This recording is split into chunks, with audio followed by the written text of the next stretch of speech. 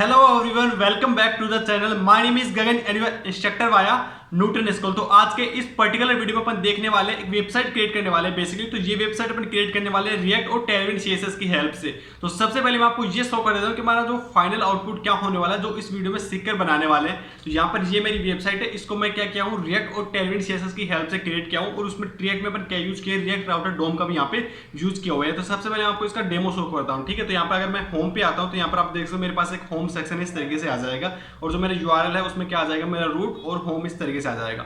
अगर मैं यहाँ पे अबाउट पे आऊंगा तो मेरा अबाउट का पेज है वो मेरे पास इस तरीके से रेंडर हो जाएगा। अगर यहाँ पे मैं कॉन्टैक्ट पे आता हूँ तो मेरे पास कॉन्टैक्ट अस का मेरा जो पेज होने वाला वो मेरे पास इस तरीके से आ जाएगा। अगर मैं प्राइस वाले सेक्शन पे आऊँ तो मैं इस प्राइस वाले सेक्शन पे इस तरीके से आ सकता हूँ। तो यहाँ पे मैंने लेआउट के लिए यूज किया है टेलविन सीएसएस का, और जो इसका राउटिंग के लिए मैंने यूज किया है रिएक्ट राउटर डोम का।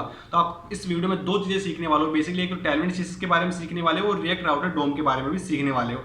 तो यही सब चीज अपन इस वीडियो में डिटेल में देखने वाले हैं। तो बिना देर क्यों करते हैं आज के वीडियो को स्टार्ट। लेकिन हाँ, उससे पहले मैं आपको छोटा सा इंट्रोडक्शन देना चाहूंगा न्यूटन स्कूल के बारे में। ओके, तो Newton school basically learning platform है जहां से आप टेक इंडस्ट्री में करियर बनाने के लिए प्रिपेयर कर सकते हो। तो न्यूटन स्कूल का मेन मोटिव क्या है कि आपको 6 महीने का फुल स्टैक डेवलपर बनने की आपको ट्रेनिंग प्रोवाइड करवाएगा। ओके, और जैसे ही आपकी ट्रेनिंग कंप्लीट हो जाती है तो न्यूटन स्कूल का 300 से ज्यादा टेक कंपनी के साथ नेटवर्क है, जिसमें आपको गारंटेड प्लेसमेंट करवाया जाता है मिनिमम 5,76,000। और जब आपका किसी भी टेक इंडस्ट्री में मिनिमम 5,76,000 प्लेसमेंट हो जाता है तभी आपको पे करना होता है, मतलब पहले प्लेसमेंट और फिर न्यूटन स्कूल को पेमेंट। और हाँ, जो न्यूटन स्कूल का ये बैच है इसके रजिस्ट्रेशन अभी स्टार्ट हो चुके हैं। इसका लिंक मैं आपको नीचे प्रोवाइड करवा दूंगा, वहां से आप इसको चेकआउट कर सकते हो।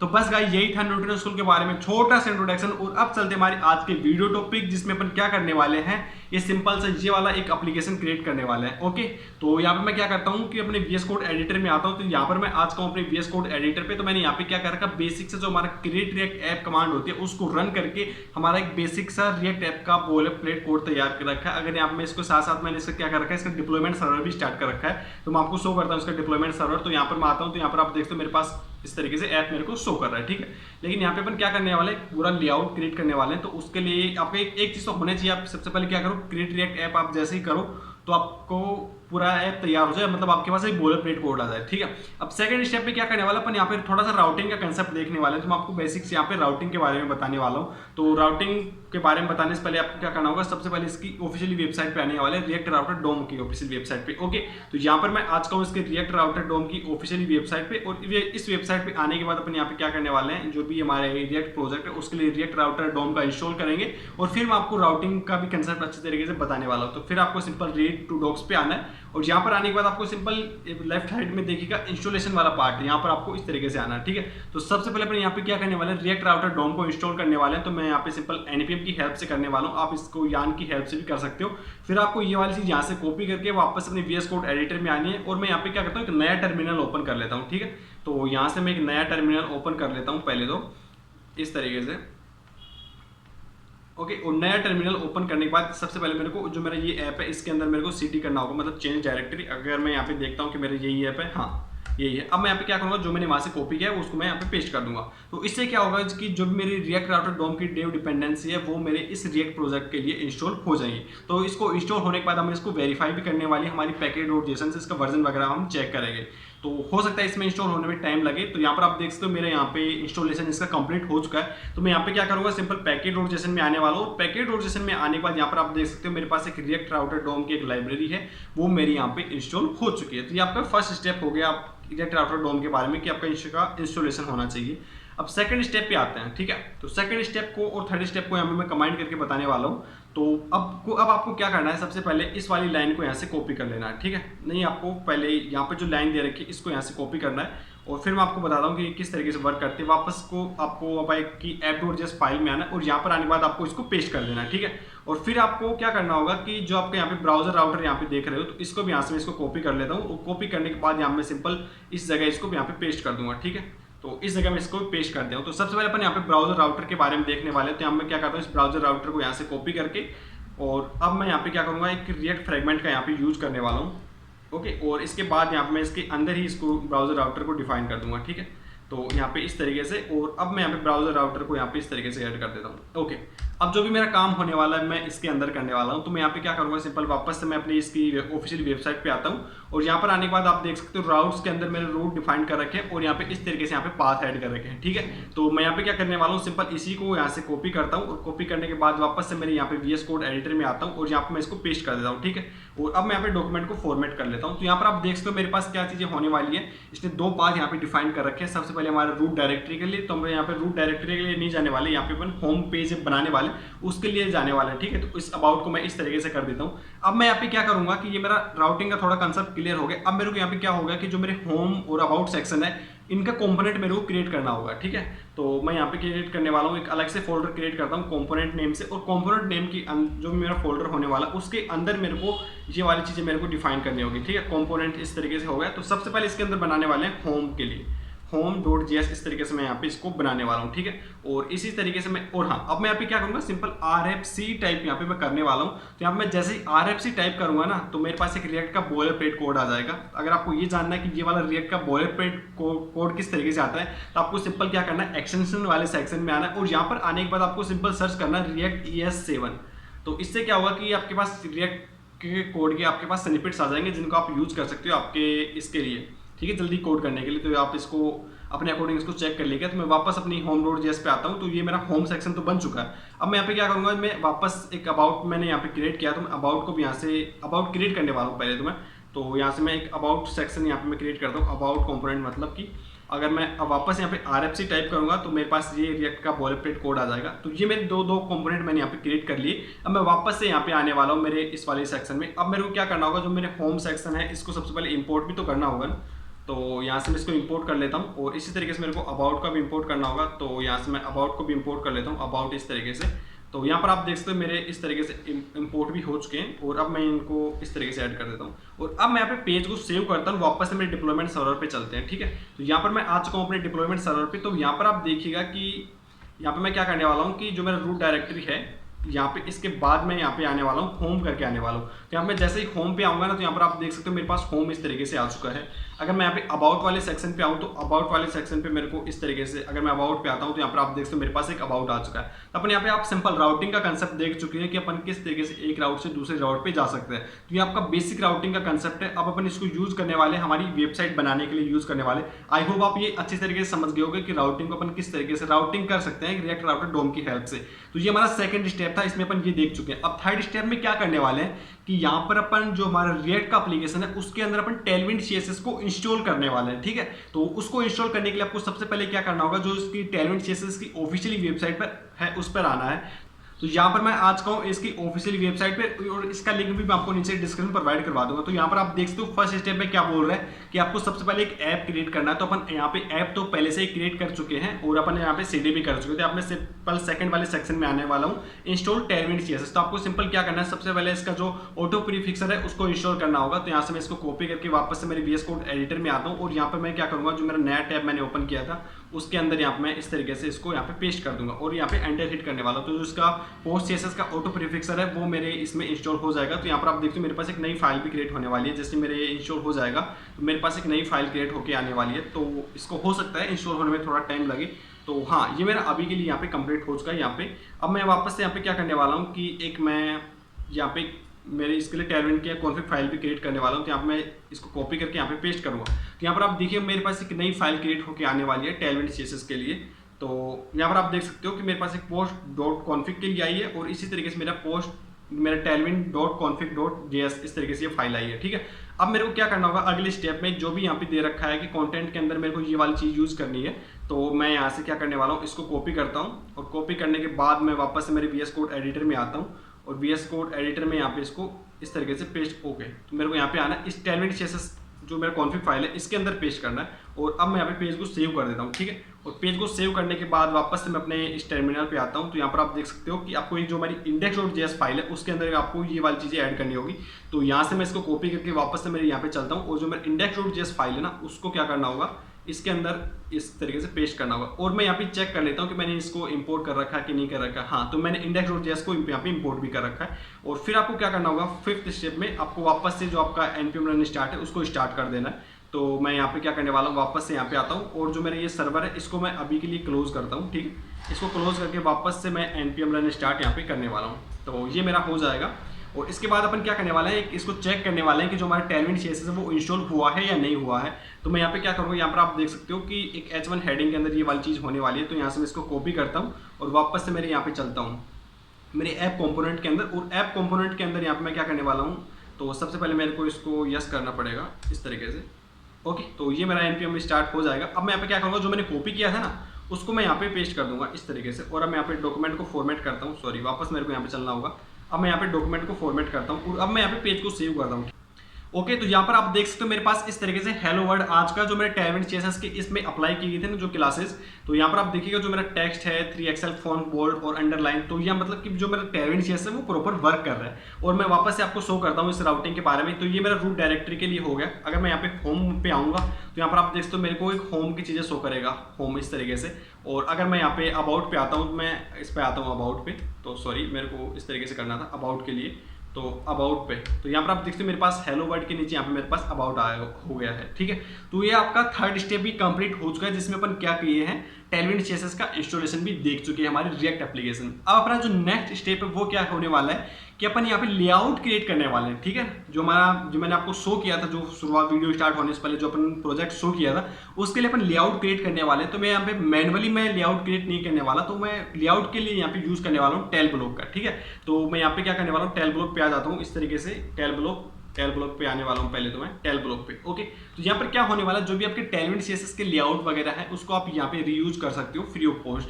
तो मैं यहाँ पे क्या करूँगा, सबसे पहले इसको डार्क मोड में ऑन कर लेता हूँ। तो इसके जो भी यहाँ पे कंपोनेंट प्रोवाइड किए गए हैं उन्हीं को अपन यहाँ पे रीयूज करने वाले, अपन खुद से कस्टम कंपोनेंट नहीं बनाने वाले। अगर आप चाहो तो खुद से भी कस्टम कंपोनेंट बना सकते हो, लेकिन मैं इस वीडियो को बनाने का मोटिव यही है कि मैं आपको रिएक्ट के बारे में बता सकूँ, रिएक्ट राउटर डोम की और टेलविन CSS की चीज़ें यहाँ पे मैं आपको अच्छे से बता सकूँ। ठीक है, तो यहाँ पे मैं लेआउट क्रिएट करने के लिए सिंपल इस टेल ब्लॉक का यूज करने वाला हूँ। तो इसका भी लिंक मैं आपको नीचे डिस्क्रिप्शन प्रोवाइड करवा दूंगा, वहां से जाकर आप इसको चेकआउट कर सकते हो। ओके, तो सबसे पहले यहाँ पे हम क्या करने वाले, एक नेविगेशन सेक्शन बनाने वाले हैं। ठीक है, अपन एक नेव बार बनाने वाले हैं। ठीक है, तो मैं यहाँ पे इस आप लेफ्ट साइड में देखिएगा नेव बार का कुछ आपको ऑप्शन मिलेगा, उसी को अपन यहाँ पे यूज करने वाले हैं। तो यहाँ पर आप देखते हैं कि नेव बार के लिए हमारे पास क्या चीजें होने वाली है। तो फुटर के लिए हो गया, गैलरी के लिए हेडर। ओके, तो यहाँ पर आप देखते हो मेरे पास एक हेडर के लिए आ चुका है। तो यहाँ से मैं इसी को कॉपी करने वाला हूँ, इसी में यहाँ पे मैं इसको चेंजेस करने वाला हूँ। ठीक है, तो यहाँ से मैं क्या करता हूँ, इसको व्यू कोड करके इसको कॉपी कर लेता हूँ। तो यहाँ पे कॉपी टू क्लिक बोर्ड और वापस से मेरे यहाँ पे आता हूँ। और यहाँ पर आने के बाद मैं यहाँ पे क्या करूँगा, जो मैंने यहाँ पे H1 हेडिंग बनाया था ना, इस H1 हेडिंग को यहाँ से रिमूव करके और इसकी जगह यहाँ पे मैं इसको पेस्ट कर दूंगा। और अब मैं यहाँ पे डॉक्यूमेंट को यहाँ पे फॉर्मेट कर लेता हूँ। ठीक है, तो ये वाली चीज़ें मेरी हो चुकी है। अब मेरे को क्या करना होगा, एक चीज़ आप ध्यान रखिएगा, सबसे पहले तो आपको क्लास नेम से रिप्लेस करना होगा। तो यहाँ से मैं इस क्लास को क्लास नेम से रिप्लेस कर देता हूँ। तो यहाँ से मेरा हो जाएगा क्लास नेम से रिप्लेस हो जाएगा इस तरीके से, क्लास नेम। ओके, तो ये मेरा एक क्लास नेम चीज़ें हो गई। अगर मेरा कोई इनपुट एरिया है, अगर वो क्लोज नहीं है तो मेरे को वो भी क्लोज करना होगा। लेकिन आपको एक चीज़ और करनी होगी यहाँ पे, जो आपका यहाँ पे इसको केमल केसेस में करना होगा, नहीं तो आपके पास एरर आ जाएगी। तो यहाँ से मैं इसको इस लाइन को इस तरीके से करूँगा, लाइन विड्थ को इस तरीके से, तो जिससे मेरे पास कोई एरर ना आए। ठीक है ना, केमल केस वाली मेरे पास प्रॉब्लम ना आए। अगर मैं यहाँ पे अब पेज को सेव करता हूँ, वापस से मेरे डिप्लॉयमेंट सर्वर पे चलते हैं, तो यहाँ पर आप देख सकते हो कि मेरे पास एक अच्छा सा एक नेविगेशन सेक्शन नए बार आ चुका है। तो अब अपन इसको कस्टमाइज करने वाले हैं। तो कस्टमाइज का मतलब ये है कि यहाँ पे मैं होम सेक्शन बनाने वाला हूँ, यहाँ पे सेकंड सेक्शन बनाने वाला हूँ, यहाँ पे थर्ड सेक्शन। तो यहाँ पे मैं क्या करूँगा, सिंपल जो भी मेरे लिंक है इनको तो पहले तो एक्टिव करने वाला हूँ। तो ये मेरी चीज़ें हो चुकी है। अब मेरे को क्या करना है कि मैं इस बटन पे क्लिक करूँ तो मैं यहाँ पे मूव कर जाना चाहिए। तो मैं यहाँ पे देखो, अगर मैं अबाउट पे हूँ ना, तो मेरे को टाइप ना करना पड़े। अगर मैं यहाँ पे होम पे जाना चाहूँ तो मैं यहाँ पे सिंपल होम पे तो आ गया हूँ। यहाँ पर आप देखते हो मेरे पास होम सेक्शन आ चुका है। लेकिन यहाँ पे मैं बटन क्रिएट करूँगा कि मैं उस बटन पे क्लिक करूँ तो मैं उस पेज पे चला जाऊँ। ठीक है, तो वो किस तरीके से करने वाले हैं, तो उसके लिए अपन यहाँ पे यूज करने वाले हैं। तो यहाँ पर आप देख सकते हो मैंने जो मेरा इंपोर्ट स्टेटमेंट था इसके अंदर यहाँ पे मैंने लिंक कर रखा है। तो आपको एक चीज़ करनी है कि जो भी आपका href टैग है ना, एक ही जगह तो आपको क्या करना है, लिंक ऐड करना है। और जो आपका href होता है ना, उसकी जगह आपको सिंपल टू ऐड कर देना। इसमें ज़्यादा कुछ नहीं होने वाला। तो मैं यहाँ पे क्या करता हूँ, इन्हीं सभी को, जो मेरा फर्स्ट ये चीज़ होने वाली है, इन सभी को रिमूव करता हूँ यहाँ से। और जो मेरा यहाँ पे होने वाला है, इसको मेरे को क्या करना होगा, लिंक करना होगा। और इसके बाद मेरे को टू करना होगा। ठीक है, तो टू करके, और टू के अंदर यहाँ पे सिंपल अपन यहाँ क्या ऐड करने वाले हैं, होम ऐड करने वाले हैं। तो इसके अंदर यहाँ पे मैं सिंपल इसको होम बना दूंगा। ठीक है, होम सेक्शन बना दूंगा मैं इसको। और इसी तरीके से यहाँ से मैं इसको 3 टाइम्स यहाँ पे इसको 3 टाइम्स इसको यहाँ पे मैं रेप्लिकेट कर लेता हूँ। चलो इसको रख लेते हैं 4 टाइम, प्राइस वाले सेक्शन पे अपन यहाँ पे बना देंगे। तो सबसे पहले मेरा होने वाला है अबाउट के लिए होने वाला है, तो यहाँ पे मेरे को अबाउट करना होगा और इस पेज की जगह मेरे को यहाँ पे अबाउट बना देता हूँ, ठीक है। तो सॉरी, मेरे को यहाँ पे अबाउट बनाना था इसको, अबाउट, ओके। और इसके बाद जो मेरा 3rd नंबर का होने वाला वो मेरा कॉन्टैक्ट के लिए होने वाला है। तो अपन यहाँ पे कॉन्टैक्ट वाले सेक्शन अभी बनाएंगे, ठीक है, उसका टेंशन मत लीजिएगा, अपन इसको सभी क्रिएट करने वाले हैं, लेकिन आप यहाँ पे बेसिक चीज़ें सीख लो पहले। तो इस अब मैं यहाँ पे क्या करूँगा, कॉन्टैक्ट के लिए बना देता हूँ कॉन्टैक्ट, और जो मेरा लास्ट में प्राइसिंग के लिए, तो अपन एक प्राइसिंग की लिस्ट बनाने वाले हैं। तो यहाँ से मैं इसको प्राइस कर देता हूँ और इसी तरीके से यहाँ पे इसको भी यहाँ पे प्राइस करने वाला हूँ, ठीक है। तो प्राइस, ओके, और अब मैं यहाँ पे इसको प्राइस करता हूँ इस तरीके से प्राइस। और अब मैं यहाँ पे क्या करूँगा कि मैं जो मेरा कॉन्टैक्ट कंपोनेंट है, प्राइस कंपोनेंट है, वो मैं यहाँ पे बनाने वाला हूँ। तो वापस मैं अपने कंपोनेंट सेक्शन में आता हूँ। कंपोनेंट सेक्शन में आने के बाद सबसे पहले तो मेरे को कॉन्टैक्ट का बनाना होगा, कॉन्टैक्ट.js, ओके। तो यहाँ पे मैं बनाता हूँ कॉन्टैक्ट.js फाइल क्रिएट करते हैं। अब इसके अंदर सिंपल यहाँ पे टाइप करने वाले RFC, तो आपको पता है कि इससे हमारे पास एक बॉयलरप्लेट कोड आ जाएगा। और इसी तरीके से यहाँ पे अपन एक और फाइल यहाँ पे क्रिएट करने वाले प्राइस को लेके, तो मैं प्राइस.js करता हूँ इसको, और इसके अंदर भी सिंपल मैं यहाँ पे RFC टाइप करने वाला हूँ। तो इससे भी मेरा रिएक्ट का बॉयलरप्लेट कोड आ जाएगा। अब मैं यहाँ पे पेज को सेव करता हूँ और वापस से मेरे app.js के अंदर चलते हैं। तो यहाँ पर आप देखिए जो अपन ने यहाँ पे राउट इसको डिफाइन किए थे ना, यहाँ पे अभी राउट और इम्पोर्ट करने होंगे मेरे को। तो यहाँ पे मेरा सबसे पहले तो होने वाला है कॉन्टैक्ट के लिए होने वाला है। तो यहाँ से मैं इसको कॉन्टैक्ट कर देता हूँ इस राउट को, कि मतलब जो भी मेरा /यूज़र और कॉन्टैक्ट पे आए तो वो मेरे पास इस तरीके से आ जाएगा। तो सेकंड होने वाला हमारा प्राइस के लिए होने वाला है, ओके। तो ये वाली मेरी चीज़ें हो चुकी है। अब मेरे को यहाँ पे अबाउट की जगह मेरे को क्या करना होगा, कॉन्टैक्ट करना होगा। तो यहाँ से मैं इसको कॉन्टैक्ट को इंपोर्ट कर लेता हूँ। तो इस तरीके से कॉन्टैक्ट, और लास्ट में जो मेरा बचा हुआ वो मेरा प्राइस के लिए बचा हुआ है, ठीक है। तो प्राइस के लिए मेरा यहाँ पे बचा हुआ है, तो इसको मैं भी इंपोर्ट कर लेता हूँ। और इसके साथ साथ ना मैं एक चीज़ और यहाँ पे क्रिएट करना चाहूँगा कि मेरा एक सेक्शन होना चाहिए। किसके लिए होना चाहिए, मेरा रूट डायरेक्टरी के लिए होना चाहिए। मैंने यहाँ पे रूट डायरेक्टरी के लिए यहाँ पे कुछ भी क्रिएट नहीं किया, तो अपन यहाँ पे सिंपल एलिमेंट रखेंगे और इसके अंदर यहाँ पे एक H1 हेडिंग यहाँ पे अपन पास कर सकते हैं चाहे तो नहीं अपन यहाँ पे अलग से एक और कंपोनेंट यहाँ पे क्रिएट कर सकते हैं। होम नहीं, यहाँ पे अपन रूट डायरेक्टरी करके इस तरीके से कर सकते हैं। चलो इसको मेन सेक्शन से एक बनाते हैं, ठीक है। तो मैं यहाँ पे वापस मेरे कंपोनेंट के अंदर आता हूँ और यहाँ पे मैं मेन सेक्शन क्रिएट करता हूँ, main.js फाइल, ओके। और वापस से इसके अंदर मैं सिंपल RFC टाइप करने वाला हूँ। और इसके अंदर जो अपन H1 हेडिंग क्रिएट करेंगे ना, वो मैं वापस में Tailwind CSS वाली वेबसाइट पे आऊँगा और यहाँ पर इस वाली चीज़ को यहाँ से कॉपी करता हूँ मेरे H1 हेडिंग को, और वापस मैं अपने VS कोड एडिटर में आता हूँ और यहाँ पर मैं इसको पेस्ट कर देता हूँ, ठीक है। और इसके हेलो वर्ल्ड की जगह लिख देते हैं officially home page, officially home page, ठीक है। तो आई थिंक ये मेरे लिए ये ऑफिशियली होम पेज हो जाएगा इस तरीके से। अब मैं यहाँ पे पेज को सेव करता हूँ, वापस मेरी app.js के अंदर चलते हैं। तो अभी देखते हैं, इसको होम हो गया। अब इसके होम नहीं रखने वाले इसको, इसके जगह पर यहाँ पे क्या करेंगे, जो मेरा मैन यहाँ पे मैंने क्रिएट किया था, मैन कंपोनेंट यहाँ पे मैंने क्रिएट किया, उसको यहाँ पे इंपोर्ट करने वाला है, ठीक है। तो यहाँ पे मैं इसको मैन को इंपोर्ट कर लेता हूँ, मैन इस तरीके से, ये मेरा कंपोनेंट होने वाला है इस तरीके से। तो यहाँ पर आप देख सकते हो यहाँ पे मेरा मैन इंपोर्ट भी हो चुका है, ओके। अब मैं यहाँ पे पेज को सेव करता हूँ, वापस से मेरे डिप्लॉयमेंट सर्वर पे चलते हैं। तो यहाँ पर आप देख सकते हो कि अगर मैं यहाँ पे रूट डायरेक्टरी पे आता हूँ, कि मतलब मैं कोई भी यूजर के लिए नहीं आने वाला, तो यहाँ पर आप देख सकते हो this is officially home page. तो ये हो गया हमारा रूट डायरेक्टरी के लिए। अगर मैं यहाँ पे होम पे आता हूँ तो यहाँ पर आप देख सकते हो मेरे पास यहाँ पे लेफ्ट साइड में देखिए होम आ चुका है। अगर मैं यहाँ पे अबाउट पे आता हूँ तो यहाँ पे मेरे पास अबाउट आ चुका है, और अगर यहाँ पे मैं कॉन्टैक्ट पे आता हूँ तो मेरे पास कॉन्टैक्ट आ चुका है। अब मैं प्राइस पे आता हूँ तो यहाँ पर अब मेरे पास प्राइस आ चुका है। तो ये मेरा बेसिक सा लेआउट मैंने यहाँ पे तैयार कर लिया। अब मेरी चीज़ें क्या बची है, जो इसके कंपोनेंट है ना, जो टैग ब्लॉक पे यूज करने वाला, उनको सभी को इंपोर्ट करना बच चुका है। तो अपने यहाँ पे सिंपल मैं यहाँ पे क्या करने वाला हूँ, सबसे पहले जो मेरा बटन यहाँ पे दे रखा है ना, ये मेरे को बिल्कुल भी अच्छा नहीं लग रहा, तो मैं इसको यहाँ से रिमूव कर दूंगा बिल्कुल ही, ठीक है। तो अब मैं इसको रिमूव कर देता हूँ और अब मैं यहाँ पे पेज को सेव करता हूँ। तो सबसे पहले अपन देखने वाले इसके होम पेज पे जो आते हैं ना, उसके लिए यहाँ पे अपन एक सेक्शन क्रिएट करने वाले हैं। तो वापस से तो लेआउट के लिए मैंने आपको बताया कि टैग ब्लॉक का यूज करने वाले हैं, तो मैं यहाँ पे टैग ब्लॉक पे आ चुका हूँ और यहाँ पे कुछ हीरो सेक्शन यहाँ पे प्रोवाइड किए गए, इन्हीं का अपन यहाँ पे यूज करने वाले, खुद से कस्टम नहीं लिखने वाले। तो मैं यहाँ पे क्या करूँगा, सिंपल इसको व्यू कोड करूँगा और कॉपी टू क्लिक बोर्ड करके वापस से मैं यहाँ पे अपने VS कोड एडिटर में आता हूँ। VS कोड एडिटर में जो मेरा होम का सेक्शन है ना, यहाँ पर आता हूँ और यहाँ पर सबसे पहले तो इस चीज़ को रिमूव करते हैं। रिमूव करने के बाद यहाँ मैं सिंपल इसको यहाँ पे पेस्ट कर दूंगा, ठीक है। अब मैं यहाँ पे डॉक्यूमेंट को फॉर्मेट कर लेता हूँ और अब मेरे को क्या चीज़ करनी होगी कि सबसे पहले तो मेरे को एक चीज़ ये करनी है कि जो भी इसमें इनपुट एरियाज हैं, सॉरी जो भी ओपनिंग टैग है उनको क्लोज करना होगा पहले। तो यहाँ पे मैं इनपुट इसको क्लोज कर देता हूँ कि मेरे पास कोई भी एरर मेरे पास नहीं आनी चाहिए।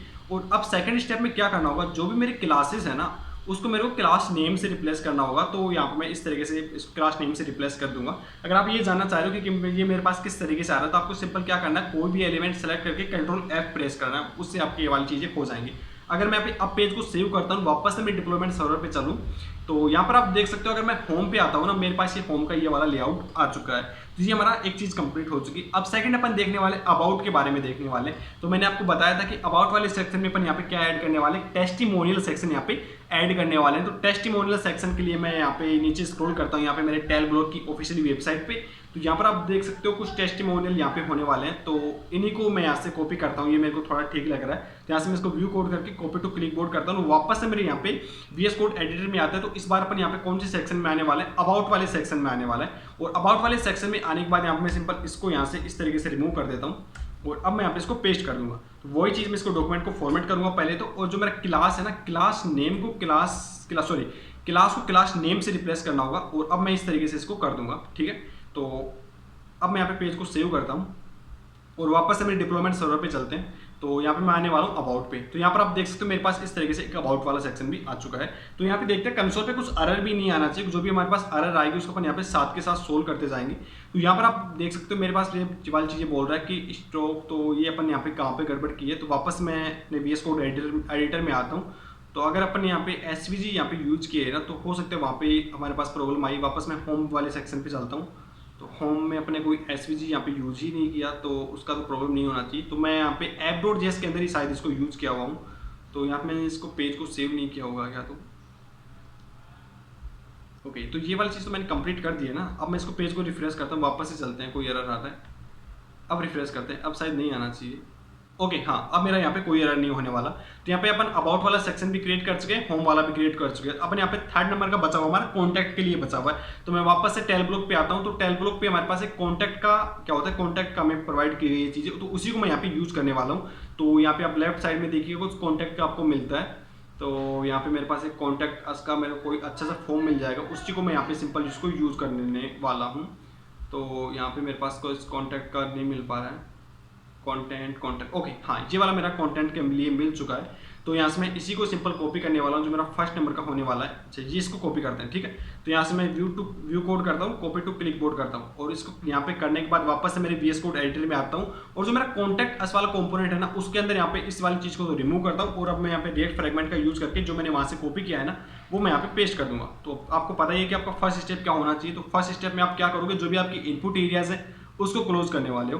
तो यहाँ पर आप देख सकते हो मेरे पास 3 इनपुट एरियाज होने वाले हैं। तो यहाँ से मैं इसको BR को यहाँ से रिमूव करता हूँ, मेरे बिना बेवजह मेरे को यहाँ पे एरर दे रहा है। तो यहाँ पे इनपुट एरिया जो मेरा फर्स्ट होने वाला है, तो इसको मेरे को क्लोज करना होगा। तो यहाँ पे मैं सबसे पहले इसको क्लोज कर देता हूँ इस तरीके से, ओके।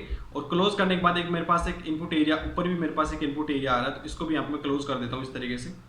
तो यहाँ पर इसको क्लोज किया और वापस मैं यहाँ पे क्या करूँगा, जो मेरा क्लास है ना, उसको क्लास नेम से रिप्लेस करना होगा। तो यहाँ से मैं इसको कंट्रोल F करके और इसको यहाँ पे क्लास नेम से रिप्लेस कर देता हूँ इस तरीके से। तो ये भी मेरा हो चुका है। अगर मैं पेज को सेव करता हूँ और वापस से डिप्लॉयमेंट सर्वर पे चलते हैं, तो यहाँ पर आप देख सकते हो कि मेरा कॉन्टैक्ट वाला भी चीज़ें हो जानी चाहिए। तो यहाँ पर आप देख सकते हो कॉन्टैक्ट वाली भी चीज़ें हो चुकी है। यहाँ पर मैं पेज को रिफ्रेश करता हूँ पहले तो, लेकिन मेरे पास एक एरर आ चुका है, वही जो मैंने आपको बताया था पहले। तो एक तो आपको 4 की जगह आपको HTML4 ऐड करना है। तो यहाँ से मैं इसको HTML4 को कॉपी करता हूँ, वापस से मैं डिप्लॉयमेंट सर्वर पे चलते हैं। तो यहाँ पे मैं क्या करने वाला हूँ, जो मेरा F होने वाला है कंट्रोल 4 के लिए 4, ठीक है। तो इसकी जगह मेरे को क्या रिप्लेस करना है, इसको इस जगह मेरे को करना है HTML4 से इसको रिप्लेस करना है, ठीक है। तो ये मेरा फर्स्ट स्टेप हो चुका। और उसमें क्या था कि जो भी आपका स्ट्रोक विड्थ वगैरह है उसको भी आपको चेंज करना होगा। तो यहाँ से मैं सबसे पहले स्ट्रोक विड्थ को सेलेक्ट करता हूँ कि कहाँ पर मेरी ये वाली चीज़ आ रही है। तो यहाँ पर आप देख सकते हो मेरे यहाँ पे 3 जगह यहाँ पे इसने ये वाली चीज़ बताई है। तो मैं यहाँ पे सबसे पहले क्या करने वाला हूँ, यहाँ पे कंट्रोल जो मेरा लाइन कैप है ना, इसको यहाँ से कॉपी करता हूँ पहले। और कॉपी करने के बाद इसकी जगह क्या रिप्लेस करना होगा मेरे को, इसको केमल केसेस में करना है ना। तो केमल केस में करने के लिए यहाँ पे मेरे को इसको तो इस तरीके से करना है और यहाँ पे कंट्रोल इस तरीके से। तो यहाँ पे मेरा लाइन वाली चीज़ें कंप्लीट। अब सेकंड मेरा लाइन ज्वाइन के लिए होने वाला है। तो सबसे पहले यहाँ पे क्या करेंगे कि जो भी मेरा लाइन ज्वाइन होने वाला है, सॉरी इसे पूरे को ही कॉपी कर लेते हैं ना। तो लाइन ज्वाइन को यहाँ से मैं इसको कॉपी करता हूँ, पूरे को कॉपी करने के बाद इसको कंट्रोल F और यहाँ पे इसको पेस्ट करते हैं, ठीक है। इसको पेस्ट किए और यहाँ पे एन इसको करते हैं पूरा कंप्लीट, और इसको भी एन करते हैं। और जो इसको फर्स्ट सिंपल आपको केमल केस में करना है, और आपको ज़्यादा कुछ चीज़ें नहीं करनी है, क्योंकि आप इसमें रिएक्ट के अंदर काम कर रहे हो, तो आपके पास ये वाली चीज़ें इस तरीके से होना चाहिए।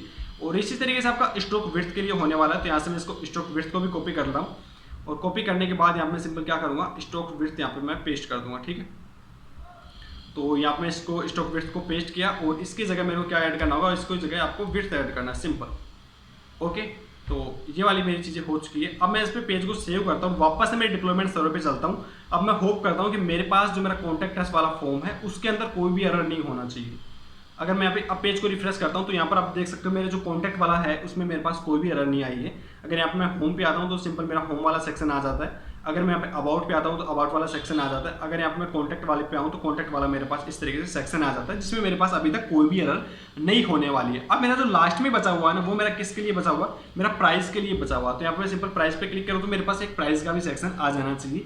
तो मैं वापस यहाँ पे प्राइस वाले पे आता हूँ तो प्राइसिंग लिस्ट यहाँ पे आप देख सकते हो, जो मेरा टैल ब्लॉक है ना उस पर एक प्राइसिंग का भी सेक्शन बना हुआ है। तो अपन यहाँ पे सेलेक्ट करते हैं कि हमारे प्राइसिंग के लिए कौन सी चीज़ें अपन यहाँ पे यूज़ करने वाले हैं। तो यहाँ पर आप देख सकते हो प्राइसिंग के लिए ये वाला एक कंपोनेंट है। तो मैं यहाँ पे क्या करूँगा, सिंपल व्यू कोड करूँगा, कॉपी टू क्लिपबोर्ड करूँगा और इसको ये करने के बाद वापस से मेरे प्राइस वाले सेक्शन में, प्राइस वाले कंपोनेंट में आऊँगा और यहाँ पे सिंपल रिएक्ट फ्रेगमेंट का यूज़ करते हुए इसको यहाँ पे मैं पेस्ट कर दूंगा। ठीक है, और फिर मैं वही चीज़ें करने वाला हूँ जो मैं पास्ट अभी करते आ रहा हूँ। तो सबसे पहले तो मेरे को क्या करना होगा, जो भी मेरे इनपुट एरियाज है ना उनको क्लोज करना होगा।